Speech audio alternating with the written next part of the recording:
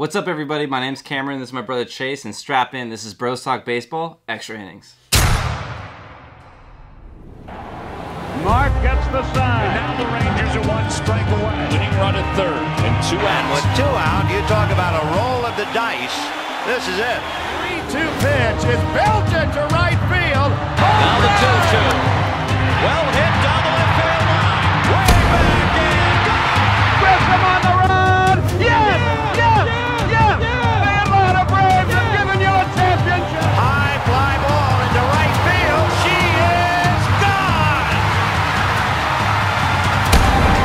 In a year that has been so improbable, the impossible has happened.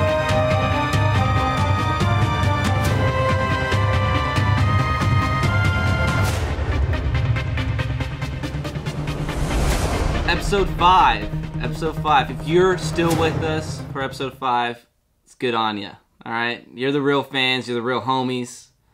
We love you. We love your support. Please keep liking and watching these videos. It means a lot to us.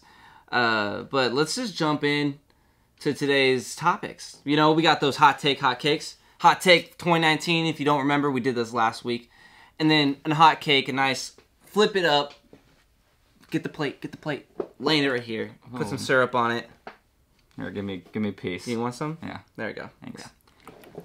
Cool. But I asked Chase last time my list of hot take and hot cakes, so Chase has one for me that I'm loving. I have a couple for you, buddy. Okay. All right, are you ready? I'm ready. Let's do it. All right, first hot take. Is Goldie top 3 MVP choice after a team change? From Arizona to St. Louis. Yes. Yes. I think so. Top 3? Top 3. Okay. Top 3. Hot cake. If you wanted one player to be your Secret Santa, who would it be and why? I think I would love to have Justin Verlander be my Secret Santa. I think he has a great personality. It's really fun. He is on the enemy team for Dodger fans, but I think he would. I don't know. I just feel like he would vibe with me the best. He's very involved with a lot of things. Yeah, like he social media. Yeah, he gets boxing. really into that. Yeah. But also, he's married to Kate Upton, so is that one of the reasons why you want to have Secret Santa? Just so Kate Upton can come over? Maybe Kate Upton, if Justin Verlander was going to give me something stylish or whatever, Kate Upton can have a say in that and rap it. That's maybe, true. write it or something. All right. Next hot take. If Corey Kluber gets traded to the Dodgers, does that make them have the best 3 starters in franchise history? For those who don't know. For those who don't know, Kluber, Kershaw, Buehler. Well, we got Kershaw and Greinke. That was a good top 2 right there. Yes. But then who was the 3 back in that day? Nobody. I say yes. Yes. Best in franchise history, for sure. It's close. I agree with though. Mm-hmm. Yeah. Next hot cake. If you could spend a day at the ballpark to do whatever you want, which one would it be? And why? Okay. Now, can I ask a question? Yes. For this one? Yes. What is my purpose at this ballpark? You could go around, hit baseballs. You can bring one person. You go around, hit baseballs. You can go to Chase Field and go in the hot tub, just in the middle of the park. You could play Fortnite or whatever you want on the big screen TV. You could do whatever you want there. Which stadium would you have the most fun in?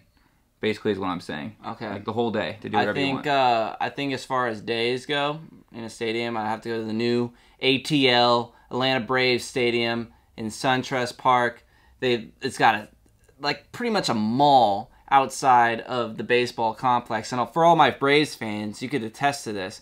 They got the best fan experience in the MLB. I'm going down to say that. And this is a credible source. Yeah, this is why I'm asking this question. He's been to all 30 stadiums. I've been to all 30 stadiums. So this is a very good question for this guy here. So he knows exactly what each stadium has. And now that the Braves are good, it'd be a good game to watch, too, because they compete. The fans get into it. Well, I mean, it's not really to watch. It's just to spend the day there. You have the stadium by yourself. But you also, so not for a game? You just... No, it's by yourself. The stadium by yourself. Oh. Dang. Well, that kind of changes the game. Yeah, so that's what I was saying. Like Arizona, you just be in the hot tub by yourself, no one in the stadium, watching a movie or whatever on the big screen. Yeah. Man, I'd probably do Fenway then. Fenway? Yeah, that'd be cool. To just kind of roam Fenway. Just all the history. Yeah. And like sit in all the seats and go on the Green Monster and put the number up in the scoreboard. And... Yeah, Fenway's that's the oldest stadium, or second oldest, right? No, it's the oldest. Oh, it's over 100 years old. Wrigley is the second oldest? Yeah. Okay. Wrigley's second. That's actually a good question for the fans out there. Which stadium would you guys would like to spend just answer all these questions. A day? Yeah, leave it in the comment section below. Yeah. What's the last? Do you got any more? Yes. Next hot take. With all the trades happening in the NL East, who's the favorite? Braves. Braves are still the favorite? Yeah. Mm-hmm. Okay. Phillies haven't done much. Haven't done much yet, but as of now, the Braves are the favorite. Yeah. And the Mets don't really oppose a threat. Mets won't even finish 500. And the Nationals either. Nationals, they got Corbin, but they lost so many guys. So many guys. Okay. You know? Fair enough. Yeah, they have a young team, but it's the Braves' time. Yeah. The Braves are coming up. The Braves are more in a better position. Okay. Unbiased answer. Which fan base would you be most interested in being a part of? Unbiased because we are Dodger fans, but I want him to be neutral as possible here in this question. Well, I'll be honest, man. The Dodger fan base is not as strong as the other ones in MLB. It's probably one of the weaker fan bases. The only reason why it's strong is because we're good. If we were weak, well, let me stop you there. The Dodgers fan base is probably one of the biggest fan bases in MLB.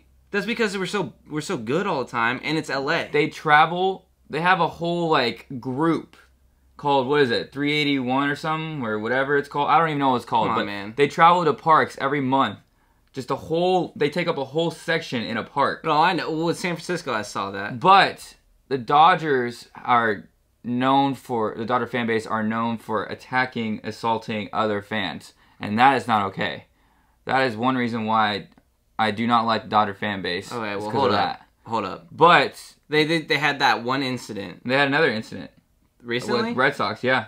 Oh. Sent the guy to the hospital. Oh, frick. Well, yeah. Yeah. Sometimes it's not even a Dodger fan, dude. It's just a obviously, yeah. in Dodger gear because it's right in the middle of the hood. That's where Dodger Stadium's located at. Yeah. But still, that's uncalled for. Uncalled for, yeah. But not condoning it. Just going back to the question. Let's just say, maybe I was trying to alleviate my bias a little. Yeah. Dude, I think a Brewers fan would be sick. That's a pretty good answer. I like that answer. They have either a Brewers or an A's fan. Yeah. Because their fans are loyal. They have some loyal fans. The Brewers fans, too, they're pretty loyal, man. They have fun, too. Out there in Milwaukee, they have, just tailgating outside the stadium in October, too. Wearing them cheese heads. Oh, dude, yeah. They're just loyal fan base. Especially where they live. It kind of is, miserable a little bit. Yeah. No offense if you live there. But it's you could see they make the most out of their experience at Miller Park. It's just a little empty parking lot, and they turn it into a carnival before a game. And then they come into the park. It's got a roof on it. It's a little old, but it has that kind of feel where it's fun to go if you're a Brewers fan. So I think I'd be a Brewer fan for sure. Yeah, and it's pretty lively ballpark too. Yeah, it's passionate. Yeah, that's a good answer. Okay. Last one, hot take. Can the new GM of the Orioles got a new GM, can he make them a playoff team within the next 4 years? No. Nope. No? Not even close. You don't think they could build enough prospects within the next 2 years and then sign some big guys to make the playoffs? Nope. I'll tell you why. The AL East is... The other teams are literally 2-3 years ahead of them already in that aspect. So, say the Red Sox fall off in 3 years. Who's next? The Blue Jays, because they have one of the best prospects in the league, which is something we're going to be talking about soon. Vladimir Guerrero Jr. Mm-hmm. And then they also got Bo Bichette, right? Yeah. Yeah. And they have a good foundation there. And then you have the Rays, who almost made the playoffs this year. Like, yeah. No, I don't. The AL East is a strong division. what, do you think so? No, I put it as a hot take because honestly I'm not sure because a lot can happen in 4 years, and when you make a big change like getting a new GM, you never know what could happen. Like, you know. That's true. They just don't have the depth. They don't have the farm system depth that the Red Sox have, and the Red Sox have a nasty team. And the Yankees have a nasty team too, and they still have a better farm system than the Orioles. And it's just kind of scary because I talked about this in the middle of the season on our Instagram page on one of the IGTV stories that or I guess what would we call those? IG videos. Yeah, that the Orioles are in some deep doo-doo as far as their future is concerned. Broke it down really well. So go check that out if you want to hear more on that. But because I don't have everything off the top, I fleshed it out really good in that video. But it's not happening, man. Let's just say that the new GM for the Orioles has his money's worth for the next. Yeah, he's gonna have some work to do. Yep, he's gonna have to break out the plunger and roll his sleeves up, dude. Man, he's gotta get comfortable with getting dirty, you know. Well, that concludes my hot takes, hot cakes. Thank you for participating. I like them. They're funny. Awesome. All right. What do we do now? Oh, let's talk about some current events. So, recently, Vladimir Guerrero Jr. just won the Minor League Player of the Year in the winter meetings. So, he was presented the award. MVP. ML MVP. No, that'd be the same thing. The ML? The MI, because it's minors. MIVP. MIVP. There you go. There you go. Yeah. Good for you, Vladimir. Good job, man. Our boy Dawson Wright, president of the Dugout, is currently at the winter meetings in Las Vegas. I saw that. Yeah. I was updated on that. It's good for him. Yeah, good job, man. You made it. You made Congrats. Congrats. So he saw Vlad accept the award. But let's talk about Vlad. Got stats right here in the minor leagues.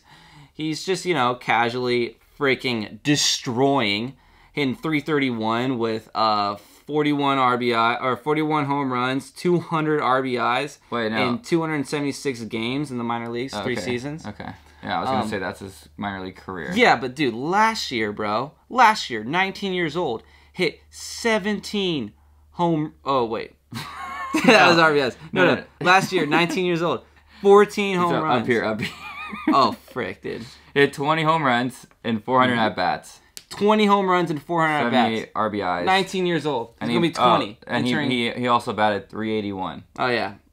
Forgot to mention that. He hit .381, 20 home runs, 78 RBIs. Jeez. I mean, I would be shocked if he did not make the MLB next year. Yeah, I mean, what are they waiting for? The guy's, what is he, 20 years old?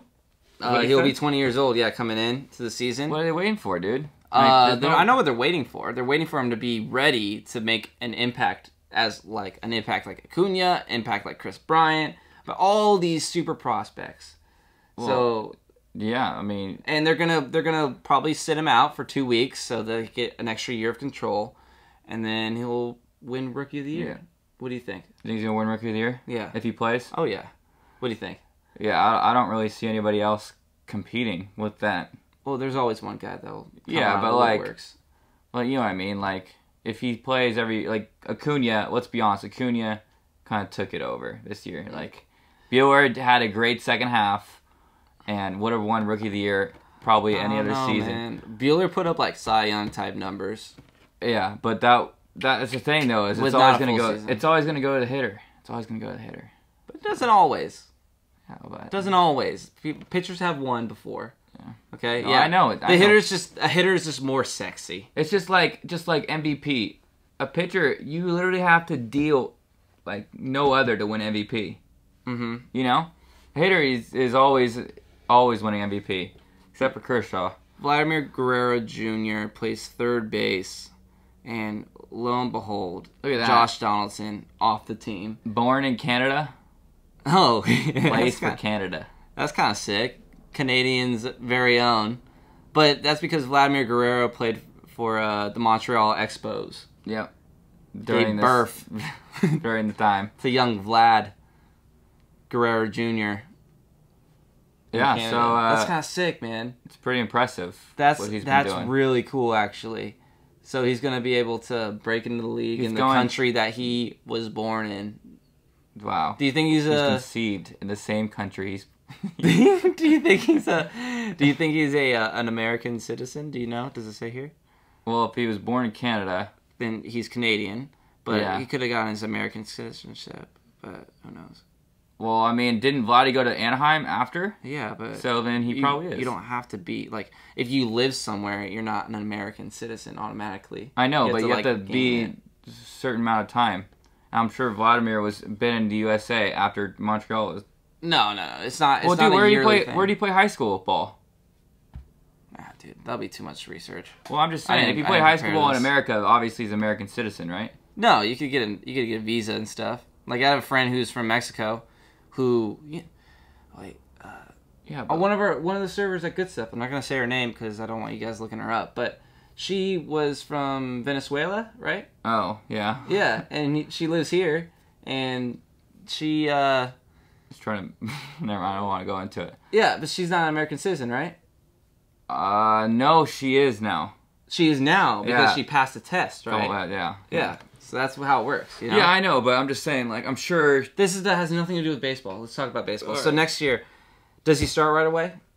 No, he's probably gonna do what you said and wait 2 weeks or whatever. But when he gets in, does he start right away? He has to. Who starts in front of him?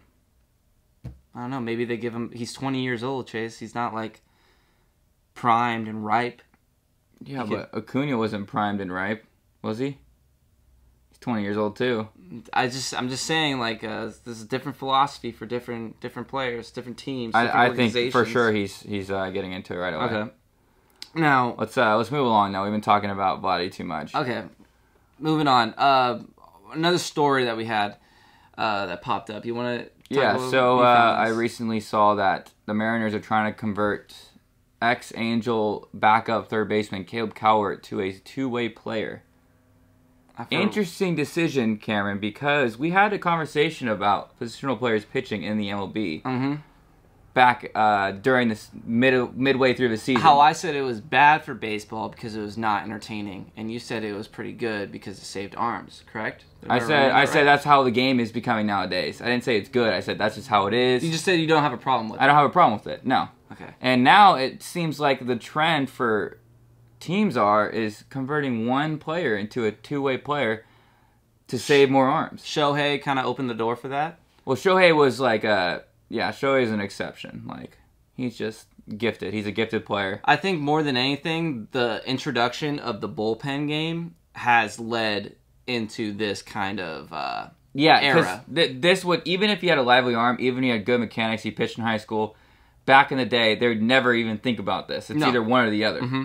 But now it's more of a... It's like, why don't we have a backup third baseman and a sixth inning guy that could keep us in a game? Yeah. If we can. After burning the bullpen yesterday. Uh-huh. That once in a week or once in every 2 week appearance. I think it's genius. Now, see, I was so against them pitching pitchers or positional players because it would be like literally guys going up there lobbing the ball and teams just absolutely slaughtering the other team. It was not fun. It wasn't good baseball. It was disrespectful, in my opinion, to the game. But if this is the case, like, this is a smart move. You have someone that can compete on the mound and at the plate.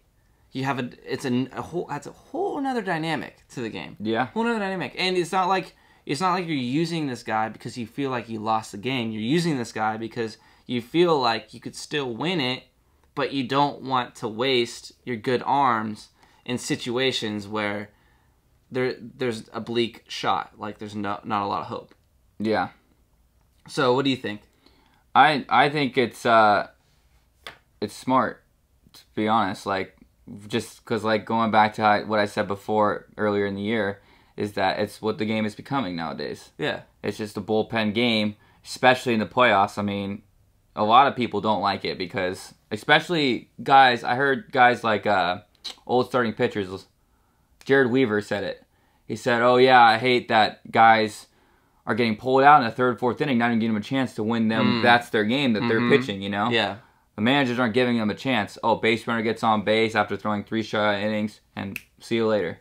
He was like defensive for starting pitchers because he believes that when they start, that's their game. But it's not anymore. It could be the death of starting pitchers, traditional baseball as we know it. It's crazy how. I mean, okay, it's not the death. I'm just saying, like, no, we could see the trend going that way. It is already. I think this right here, even though it's a guy like Caleb Coward who's never really become a factor in the MLB, that's what's starting it. It opens up a new role for guys like him who can't make it as a pitcher, who can't make it as a third baseman, but he can make it as both. Yeah, and then you got guys, and then you can. That's a valuable thing. You could say the same thing about guys who have rocket arms in the outfield. All they need is a live arm and some mechanics from a pitching coach, and they can become one of those two-way players. Yeah. Well, let's talk about some guys that we might think could fit into this role perfectly. And this one guy, I'm like super excited about. I've always been excited about him because I think he's a beast. His name is Michael Lorenzen. He's on the Reds. He has a career. What is it? 4.21 ERA in the league, but last year he had a 3.11 ERA as a reliever. But he is an athlete and a half. He trains with Ito Portal. I don't know if you guys know who he is, but he's a movement trainer, and so he focuses on like just becoming the complete athlete. And I think a lot of the times in baseball where you get it wrong is you either train to be explosive for hitting or explosive for pitching. So like there's certain workouts pitchers won't do that hitters will. There's certain workouts hitters won't do that pitchers will. And it's just because like they want to train to be the best at what they're doing. But I think what you need to do is train yourself to be the best athlete possible so that your mechanics and the way that you deliver the ball and everything, that's going to separate yourself from the competition. So Michael Lorenzen does this, in my opinion, and we look at his batting stats. He has 6 career home runs in 84 at-bats, dude. Oh my gosh. Batting average of 250 as a relief pitcher. Imagine if he took reps every day hitting. Yeah. He was an All-American center fielder at Cal State Fullerton. We look at his stats here. We got him pulled up. He hit .335 in his junior year with 7 home runs, 54 RBIs, 40 home runs, a .515 slugging percentage. Oh, yeah, and he casually threw a 1.99 ERA in 22 appearances. Just freaking, I think it was the closer. 19 saves. Yeah, 19 saves, dude. Yeah. Athlete and a half. So, Cincinnati Reds, if you're listening, I know we got our one boy over there in Cincinnati. He's a diehard fan. Tell upper management. It's no-brainer, dude, for me. It's a no-brainer. Do it. Get this guy playing first or something. I don't know. Get him playing something. He can play outfield, man. He's a center fielder. Yeah. He already knows it. He's comfortable out there. Throw him out there. It's not like he doesn't know what he's doing. He's an athlete. Yeah, he knows what he's doing. He's a freaking athlete. Now, my guy is not in the MLB yet. He was a lottery pick. Uh-huh. Hunter Green. I know a lot of people know about this guy. Because he's a super prospect of 2017. Yeah, this guy, once again, a freak athlete. Uh-huh. He was a guy on YouTube throwing 100 miles per hour, hitting absolute mamos. And this guy was drafted as a pitcher. So they chose him as a pitcher. But I believe, is typical. If you throw 100 miles an hour, you're going to get drafted as a pitcher. I believe that he could be a two-way player in the future. Like a Shohei Ohtani, like a Michael Lorenzen, like a Caleb Coward. But the thing is that with Hunter Green is he's so good at both that, like, if you train him to do both, he'll be average. Will they both average out? Yeah, that's the thing, though. But because I feel like Michael Lorenzen is already good at both now, and it's like if you train him to be just a pitcher, he might be like a above average pitcher, but he won't be elite. I don't think he'll ever be elite in the MLB, but he could be a really good both way guy. I don't want the franchise to train Hunter Green as both, because then I think you're just wasting a prospect. Mm-hmm. I think once you settle him in as a pitcher, and then if he's getting reps. ABs and then he's starting to hit, then he'll probably transition about his mid 26, 27-year-old age into a two-way player. Okay. And let me just go over some stats. Uh-huh. He had a varsity total of 1.62 ERA, and that is 12 wins, 5 losses, 30 appearances. So he's dominant in high school. Mm-hmm. This guy didn't play college ball like Mike Lorenzen, but he was dominant in high school. Moving on to batting. There you go. Where is it? Oh, up here. He batted .337 in varsity, which is like good, but not like fantastic. For your varsity guy, though. He batted his junior year .419.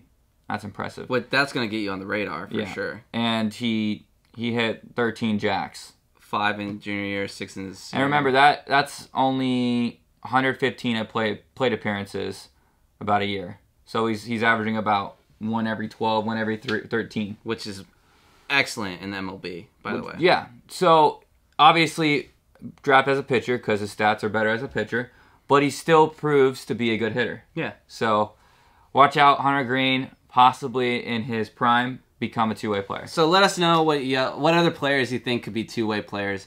Leave in the comments we're going to comment down there, ask us questions. We're going to answer some fan questions. I don't think I saw any fan questions today. Anyways, we're running out of time, so we can't even get to them. But yeah, respond to our comment if you want to see us answer any questions on the show. Thanks for watching, guys. Go follow us on YouTube and Instagram. The links will be in the description below.